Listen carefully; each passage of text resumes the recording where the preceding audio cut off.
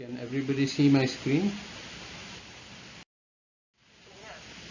Okay, Bismillahirrahmanirrahim. So, what I am going to do in the past, I have written a couple of papers showing that basically social science is a study of society. So, there is no abstract society. There is African society, there is Malaysian society, there is American society, there is European society, and so on. So, when you say social science, you have to study some particular society. There is no science which is applicable to all societies of the world at the same time. So I have shown that what we call social science is actually Eurocentric social science or Western social science. It's derived entirely from lessons that were learnt by the Europeans over the course of their historical experiences. And so the whole structure of social sciences reflects the European experience and excludes Islamic experience completely, as well as all other non-European societies. So there is no way to fix this problem because this social science is built on foundations of European experience, and it cannot be adapted because the European experience is very unique and very different from that of our societies, all other societies in fact. Because Europeans were the only ones who conquered the world and nobody else did that, and there are some reasons for that, which also has to do with the social science. So anyway, I have in my past papers I have explained why their social science is not usable. But that leaves open the question, then what should we do? And so this paper is addressed to the question that actually if you look at the history of ideas, Ibn Khaldun can rightfully be considered the founder and father of social sciences. He says in his book that the methodology I am creating is completely new. Nobody has done it before. And basically what he does is he analyzes the process of social change through the centuries and on a long-term basis. And so he is the father of sociology, political science, economics. All of these things are discussed in detail in his work. And so basically if we abandon Western social science and go back to the original approach created by Ibn Khaldun, then we can get a good foundation for social science. So since social science, the word itself is compromised, so I would like to use Uloom-ul-Umran for this. Now in Urdu we call this Imran, but in Arabic the word seems to be Umran, to the best of my knowledge. So in this lecture I will explain what Uloom-ul-Umran is and how it should be updated to keep up with the times. Alright, so very briefly we will go through world history. Islam advent 1440 years ago took the ignorant and backwards Bedouin to world leadership, and it created a world civilization which was based on Rahmatul lil Alameen, compassion for all nations, and on the brotherhood of mankind. We are all brothers and sisters, descendants of Adam alayhi salam and Hawa.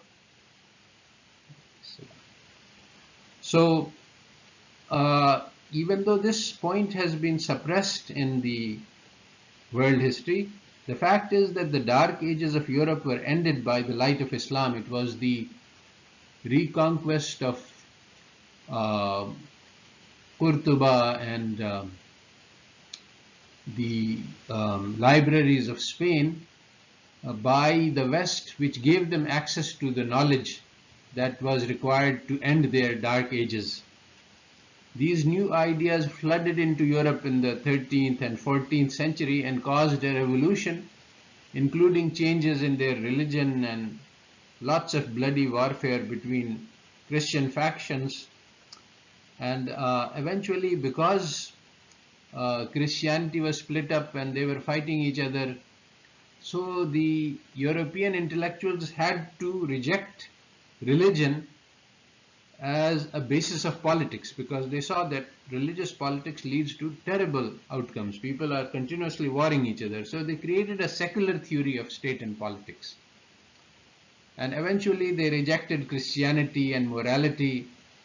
And they said that when you're doing politics, it's all about power and everything is fair in love and war. That is, you can do anything for the sake of power, profits and pleasure. This unique morality, very different from both Islam, in which jihad is actually a religious responsibility. So it is done according to very strict rules. There are very strict morals for the conduct of warfare in Islam. But in the West, they had no morals, and so this was one part of why they were able to conquer the world. So the global conquest and colonization which took place, because the Europeans were continuously fighting among each other, and this led to a military revolution while the rest of the world was at peace. And so they acquired an advantage in both weapons and military tactics, as well as in ruthlessness and violence, because they had developed these racist philosophies that said that we are the only human beings. The white man is the human, and every other race, whether it's brown or black or yellow, they are not fully human. Immanuel Kant, who is one of the leading philosophers of the Enlightenment, he discusses in his book how you can beat the Africans and how the master can kill his slave. And he is called the leading moral philosopher of the past 3 centuries in Europe. So you can imagine what the level of morality is.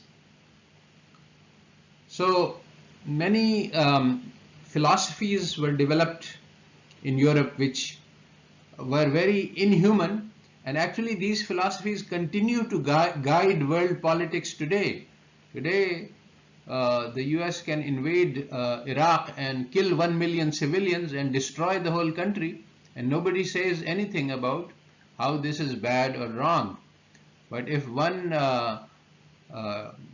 crazy individual shoots 10 people, and he happens to be a Muslim by birth, then the whole world gets outraged. So you can see how the Eurocentric outlook is very biased towards some kinds of events and against some kinds of events. There is a huge contrast between the story of colonization that we have been told about the Europeans spreading their civilization and science and technology to the rest of the world, building trains to serve the Indians and so on, and the reality which is so horrible and so gruesome that even to talk about it is painful. And this true history of colonization has been written out of history. It has been concealed and suppressed. So some incidents are cited here about how grains were sent out of India, creating an artificial famine, causing millions to starve, torturing an entire nation to death to take over their lands, and similarly unimaginably cruel treatment of the Congolese to produce rubber for the Belgians. So these are just a few isolated incidents. The point is that the Europeans took over the globe for their personal profits, just like in modern times the US destroyed Iraq, bombing the nation back to Stone Ages on the pretext that it was getting rid of a dictator and bringing democracy to the people, when the reality was dramatically different. So basically a very, very brutal and ruthless colonization whose details we do not know because they have been suppressed from history. We have to dig them out as to what really happened, which was so horrible that it is just impossible to write about, talk about. So we were colonized, but what we don't understand is that the colonization is a process of conquest of knowledge. The colonization occurs in the heads and the minds and the hearts of the people. The shock and awe tactic that is used is that um, we come to believe that European society is the highest ideal. All other societies are deficient, and this is what Eurocentric point of view is. So that's why social science is only the study of European societies, because those are the best societies. Every other society which doesn't match European society is defective, and so it has to be fixed. So you have to export your democracy to Iraq and to all other countries. Only Europe has democracies, and everybody else is undemocratic, and this is a failing automatically. To develop means to become like Europe. So this is what conventional social science is, and that is why it is unacceptable. That's why we have to develop our own. I'm not going to talk about all of social science, although all of social science is in need of being rebuilt. I'm going to talk about economics. And the Eurocentric economics that we all study says that the goals of both individuals and societies and firms is the pursuit of power, profits, and pleasure. Nations pursue power, corporations pursue profits, and individuals pursue pleasure. And the social system, which is how should we interact with each other, how should nations treat each other, how should individuals treat each other? Well, this is the jungle of ruthless competition for the survival of the fittest, and that leads to efficiency. So if somebody has the power to kill another person, then this is good, and this is moral, and this is efficient behavior. So the values underlying this kind of economic theory, in which one nation is authorized and entitled to destroy and invade the other one, if it has the power to do so, if it will maximize its power and profits, this is perfectly permissible and required and desirable because it leads to efficiency. And these assumptions are taken to be universal, objective, and scientific. And all of social science is built on these toxic assumptions. And the effects of this is visible in that under European domination, the world has been in more or less continuous state of warfare, which has disastrous outcomes for humanity and the planet. Today, even though the wealth we have is 100 times that was available a century ago, but 1 billion people are living below poverty lines. And this is incompatible with Islam. Islamic society is built on the opposite values of generosity, cooperation, social responsibility, and brotherhood. So Western social science as we know it today was created in the early 20th century. Very few people know this actually. People think that social science goes back to Adam Smith, etc. But actually this is not true. Adam Smith and many others developed the original form of social science, which was not the form it takes today. The form that social science takes today was developed in early 20th century, and it was based on imitation of physics. The idea, that's what the science means. So basically, human beings as they are not subject to laws. So economics replaces human beings by robots which are subject to mathematical laws. And then it studies the society as a physical system which is subject to optimization and equilibrium, just like Newtonian physics studied astronomy. So the society is a system subject to mathematical laws. This is completely absurd and ridiculous because societies are not subject to laws. So we plan to replace this by Uloom-ul-Umran. Study of human societies and civilization is what we would like to call this. But if you say civilization studies, or if you say social studies, or if you say Actually, Umran refers to urban. The critical transition that Ibn Khaldun is trying to capture is when people used to live as nomads and then they collect into cities, and that's the start of civilized living. This requires, instead of using Western words which refer to existing fields of study, I would like to use the word Uloom-ul-Umran to say that we are abandoning Western social science and go back to the original Ibn Khaldun. So we ask for a start from fresh foundations, but what are these foundations? So this is what I would like to discuss. So Ibn Khaldun writes that, and this is the translation, that the condition of the world and nations and customs does not persist in the same form. There are differences according to days and periods and changes from one condition to other. And this is the case with individuals, times, cities, regions, districts, periods, and dynasties. So basically the central question of Ibn Khaldun, and this is the basis of Uloom-ul-Umran, is how do societies change over time? So it is the study of change. So immediately it goes against the principle of economics, which is the study of equilibrium. The equilibrium is a process, is a place where society is not changing. So we don't study that at all. We study how societies change. So there is no equilibrium, and again there is no optimization. So these are the two key tools of economics. So basically we throw out all of economics by rejecting equilibrium and optimization.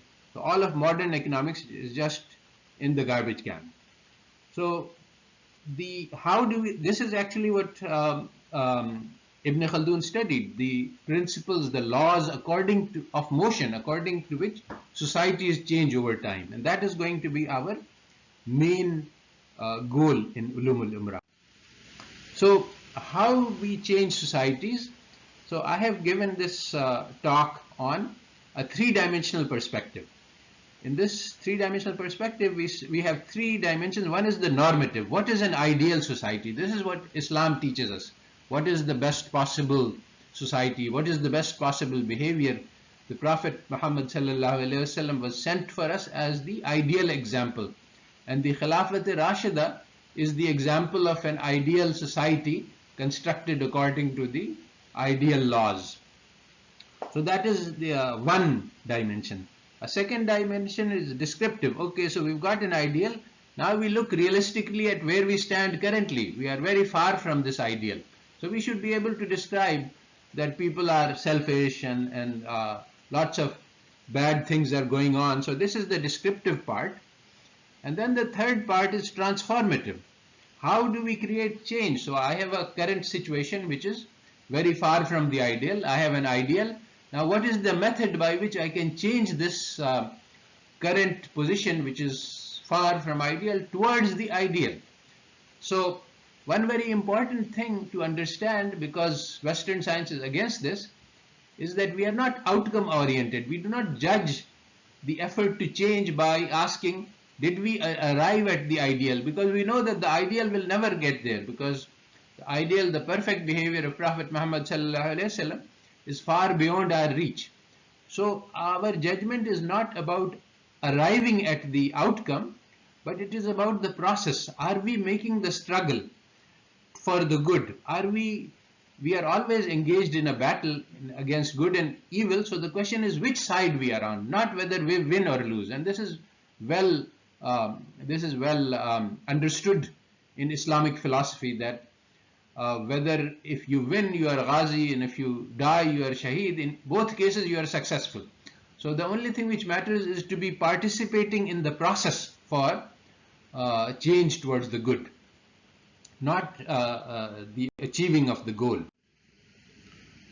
So what are the fundamental elements of social change? Well, the key is the training and education which this generation gives to the next one. If everybody receives the same education, and this is what happened in traditional society, if somebody is a weaver, his child will become a weaver. If somebody is a trader, he will teach his skills to his children. So the traditional society stays the same over time. That's sort of equilibrium.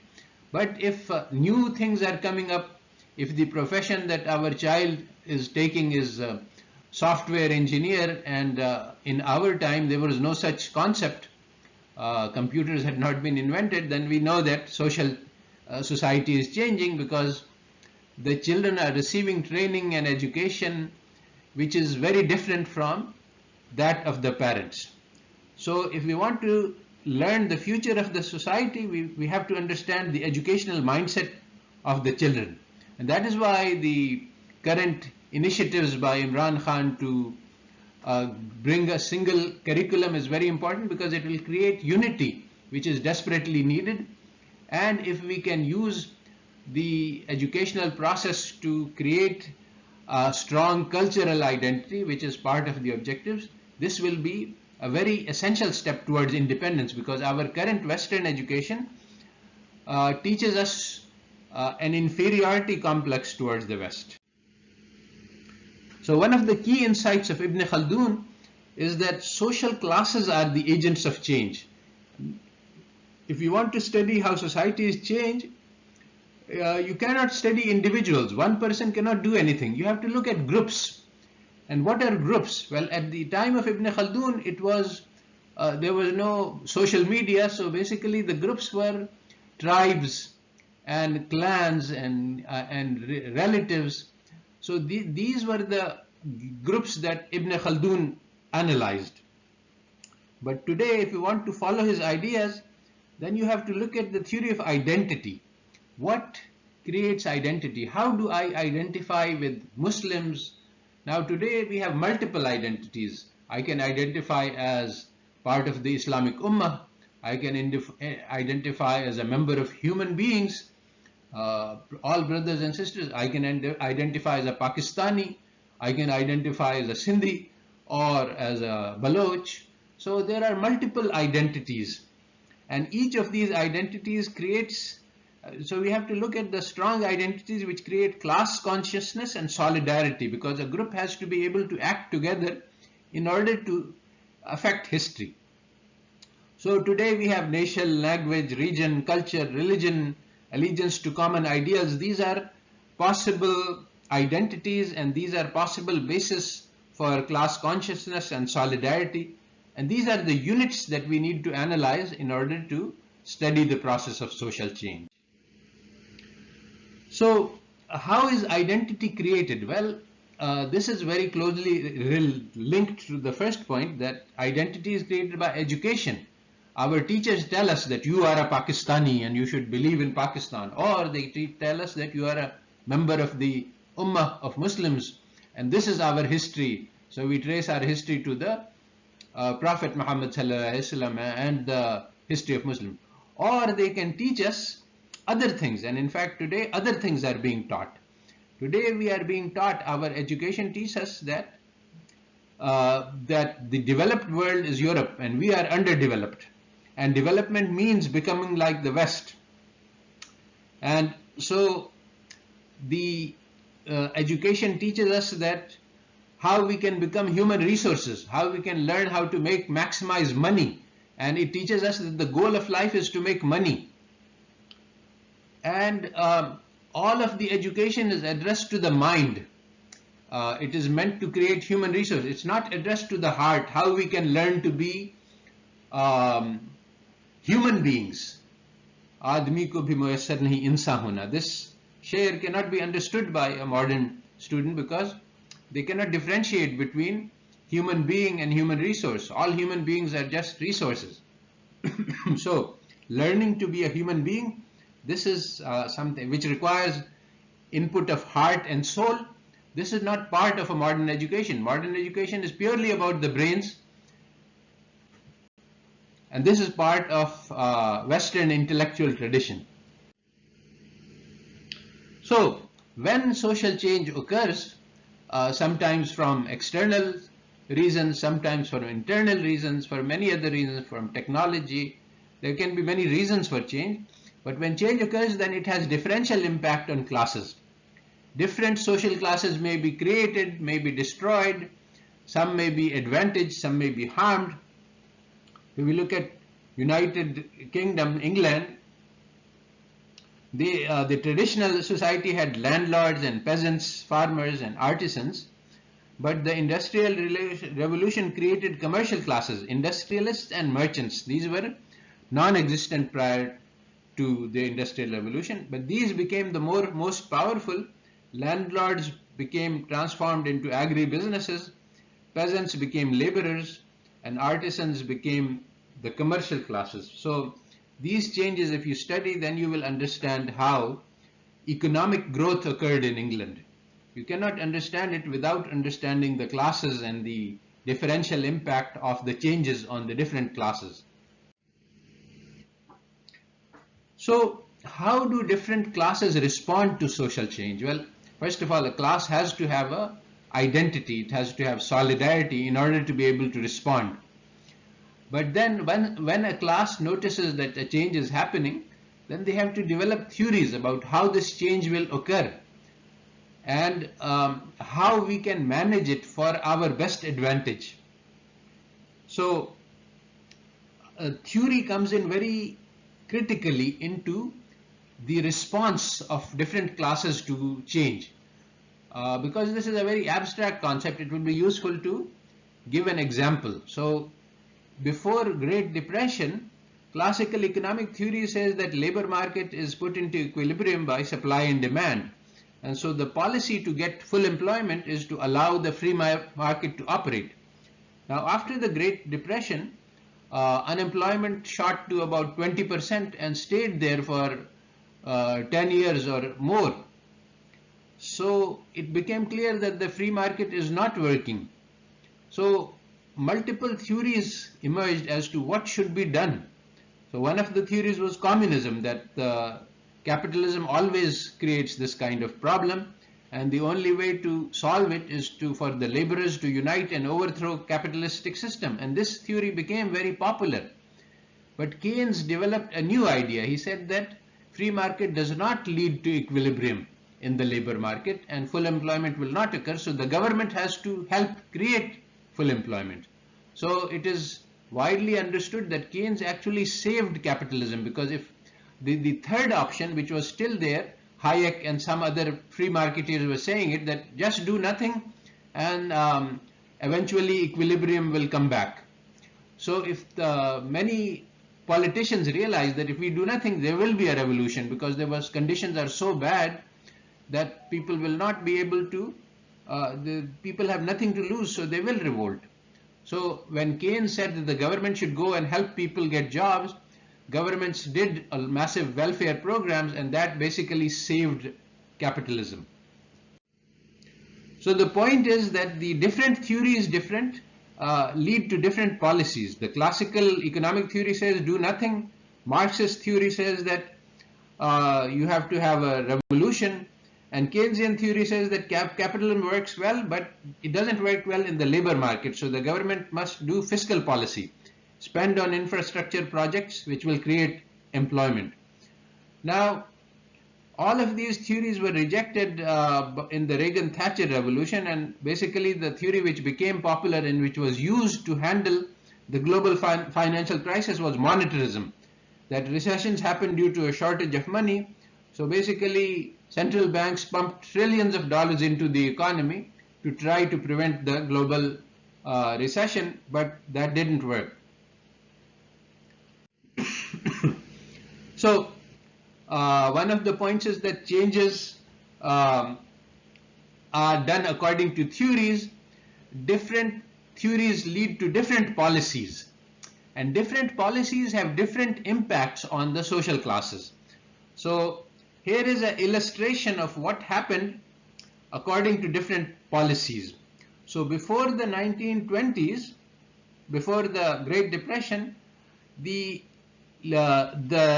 classical theory led to concentration of wealth at the top.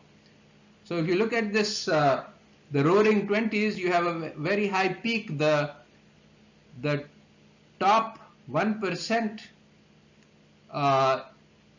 has about 25% of the total wealth just before the Great Depression.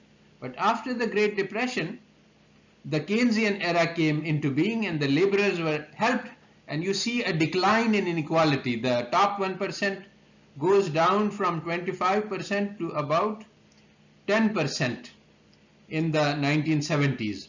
But in the 1970s, you have the Reagan-Thatcher, late 70s, you have the Reagan-Thatcher revolution, and Keynesian economic was thrown out, and a new Chicago-style economics, free market economics came in, and from there you see that the top 1% starts rising again. So different classes have different theories which have different policies, and different policies affect the different classes in different ways. So this is one of the key points to understand in terms of the Uloom-ul-Umran. Now, one very important issue that comes out of this analysis is that different classes, especially the powerful, are usually a small class. So nobody can force their policy on others by brute force.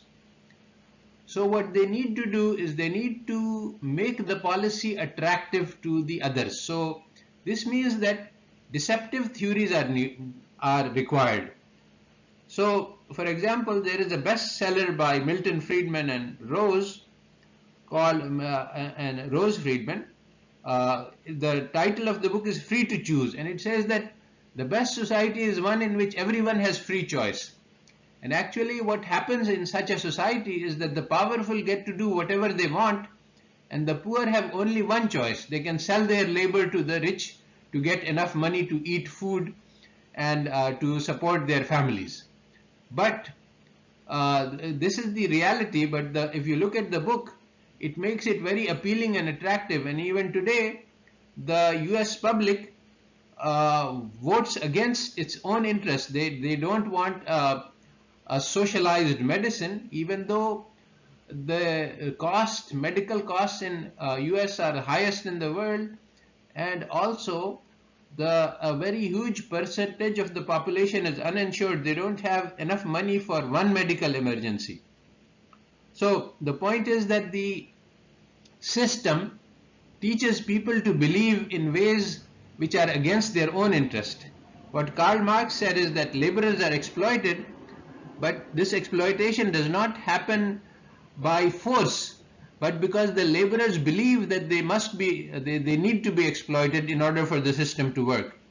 Similarly, today colonialism created an education system which leads us to believe in our own inferiority. Today the rise of the top 1%, which has taken place over the past 30-40 years, is due to economic theory, which says that this is good for everyone, because if the wealthy make wealth, it will trickle down to everybody, even though this does not happen. So today economic growth theory is all about trickle down, which is a completely false theory. But the point of this theory is to deceive the people into supporting the existing system of inequality. So when the global financial crisis occurred, we had four possible policy responses, three possible ones. One was monetarism, which says that you should respond to this crisis by expanding the money supply, and this is what was done. Trillions of dollars were given to banks and financial institutions. Atif Mia and Amir Sufi analyzed this and said that the problem is coming from excessive debt, and the solution is debt relief. Let the mortgagers, let them off, give them some relief. Today the students body in the USA has $1 trillion of debt, and the only solution is really to cancel this debt. But this solution is not adopted because the people who have the debt, the creditors, are able to control those people who are in debt. And today the students will spend their lives earning money for the financial sector. The Keynesian theory would say that you should expand aggregate demand, give more money to the people. So these are all three different policies which have different effects on different classes. But which policy was followed? The monetarism policy was followed because it was the most favorable for the financial sector. and it was the belief was created that this is the best policy for everyone. So this is the final point that I would like to make, that basically societies have things which are called collective intentions. What is our collective goal? And that is what social solidarity produces. What do we all want to do together?